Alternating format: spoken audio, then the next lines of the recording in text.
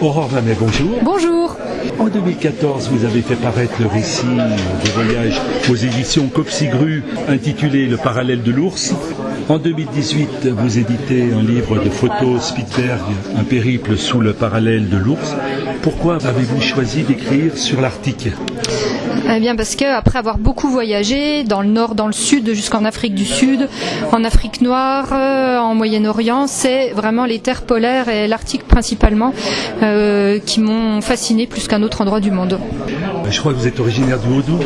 Oui, d'Effin, à côté de Morteau. Voilà. Est-ce que vous voyez une similitude entre les terres du Haut-Doubs et les terres arctiques ? Ben oui, tout à fait. D'ailleurs, dans mon roman Le parallèle de l'ours, je fais beaucoup de parallèles avec la Franche-Comté. Et les choses sont pas si différentes qu'on le pense. Alors pas forcément en termes d'animaux ou en termes de flore, mais plutôt en termes de ce que la terre donne, ou disons de l'ambiance qui y règne. Et puis, je crois aussi que cette soif d'aller vers les pays froids, c'est un peu l'envie de retrouver l'hiver franc-comtois. L'année passée, lors de notre dernier entretien sur le salon, vous nous avez dit que vous alliez publier un nouvel ouvrage sur le Spitzberg, un roman noir. Où en est le projet ?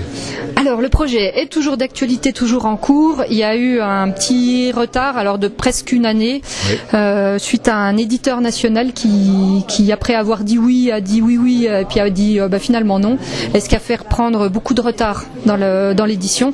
Mais donc là non, il va paraître l'année prochaine aux éditions Copsigru. Voilà, les corrections sont en cours. Bien. Pouvez-vous lire un extrait du parallèle de l'ours, s'il vous plaît ? Donc c'est un passage qui se situe au début du roman. Quand on arrive dans la ville, même si c'est un gros village qui s'appelle Longyearbyen, capitale du Svalbard. Et donc il y a 2 bars, une église et puis un petit cimetière. J'atteins sans encombre la barrière du cimetière. Une trentaine de croix en bois blanc marquent les tombes datant de février 1920. L'explosion de la mine numéro 1, située juste au-dessus du cimetière, a tué 29 mineurs. Un coup dur pour le moral des troupes travailleuses coincées dans le long hiver arctique. On comprend mieux la présence multiple des bistrots. Quelques croix supplémentaires rappellent des personnes mortes de la grippe espagnole de 1918, ce qui a récemment excité la curiosité de scientifiques attirés par les qualités de conservation des corps dans le sol gelé de l'Arctique. Il n'y a pas de sépulture récente car il est interdit désormais d'être inhumé à Longyearbyen. Les corps sont rapatriés vers le continent. C'est étrange de penser qu'ici on ne fait désormais que passer sans y laisser sa marque. Cette terre n'appartient plus aux hommes qui n'ont le droit ni d'y naître ni d'y reposer. Merci. Mais de rien. Après 3 livres sur le Spitzberg, allez-vous continuer à écrire sur le monde polaire ? Alors d'une certaine façon oui, parce que je suis allée en Sibérie en mars de cette année, donc la Sibérie en hiver. C'est-à-dire aller chercher l'hiver là où il est le plus dur. Et encore une fois, c'était super. Et c'est pareil, il n'y a personne en fait, hormis il y a 2 grosses villes, Irkoutsk et Ilianoudé, à la frontière avec la Mongolie. Après, il y a quelques petits villages le long du lac Baïkal. Mais voilà, j'aimerais beaucoup écrire sur la Sibérie.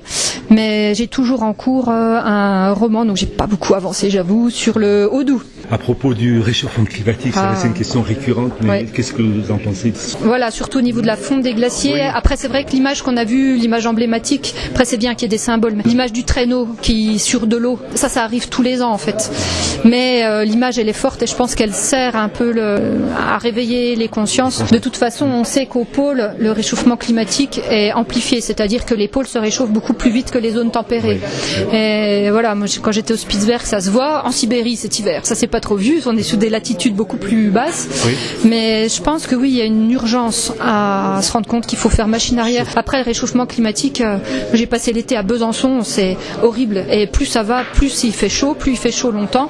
Je suis en lisière de forêt, les arbres qui sont des arbres tempérés de chez nous, des espèces locales qui sèchent, les feuilles qui se recroquevillent. Voilà. Ça tord le ventre de voir ces arbres. J'espère qu'avec notre intelligence, on va avoir de quoi faire un peu machine arrière, tempérer les choses, freiner un peu cette marche inéluctable vers la fin. Pour terminer, avez-vous d'autres projets ? Alors, il me faudrait du temps. Mon projet, ce serait de trouver un emploi fictif pour pouvoir me dégager du temps pour écrire, parce que ça prend énormément de temps. Et si des idées, j'en ai plein à la tête. Donc je vous disais, j'ai un petit roman, on peut pas dire policier, mais une enquête dans le milieu agricole qui se passera dans le Val de Morteau, très précisément, qui est en cours, mais du coup là qui est interrompu parce que je fais les corrections pour le roman noir du Spitzberg. Saint-Pétersbourg. Et ensuite, j'aimerais quand même écrire quelque chose sur la Sibérie. Donc je ne sais pas encore sous quelle forme. Il y aura un livre photo, ça c'est sûr, avec des anecdotes et puis des informations sur la Sibérie. Si j'ai du temps, il y aura plus. Merci beaucoup, Aurore Mamet. Merci beaucoup, merci pour votre accueil et merci à toute l'équipe de Jeu là.